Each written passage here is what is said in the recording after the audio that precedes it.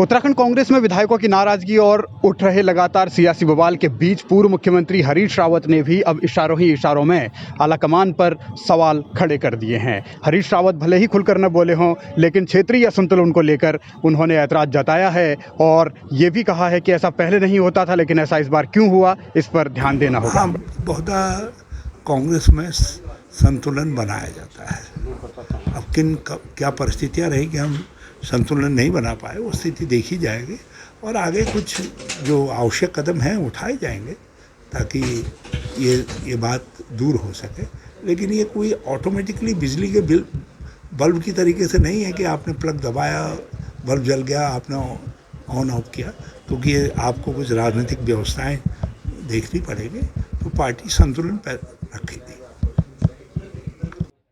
उत्तराखंड में नेतृत्व परिवर्तन को लेकर लगातार सवाल उठ रहे हैं कांग्रेस के भीतर, लेकिन हरीश रावत ने अब तक नए पदाधिकारियों को, यानी कि जो नेता प्रतिपक्ष हैं या फिर प्रदेश अध्यक्ष हैं, उनको बधाई खुलकर नहीं दी है और अभी भी वो इस पर बोलने से बच रहे हैं। हरीश रावत की चुप्पी के बहुत सारे मायने हैं। विधायकों की नाराजगी पर भी वो अपने तरीके से पर्दा डाल रहे हैं। अब विचार मंथन, क्योंकि अनएक्सपेक्टेड तरीके से लोग समझ रहे थे कि हम जीत रहे हैं, कांग्रेस सत्ता में आ रही है।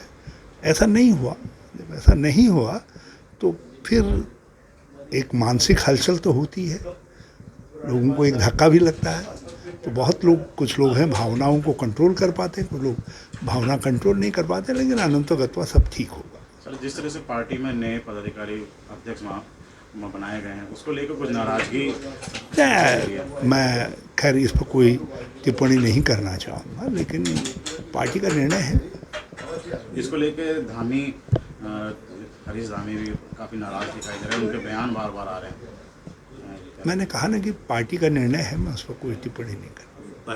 धामी जिस तरह नाराजगी व्यक्त कर रहे हैं, उन्होंने पुष्कर सिंह धामी के लिए सीट छोड़ने की भी बात कर दी। चर्चा है कहीं ना कहीं वो पार्टी भी छोड़ने की तैयारी में। मैंने किसी समय जब एक अप्रत्याशित चीज़ होती है तो भावनाएं उद्वेलित होती हैं।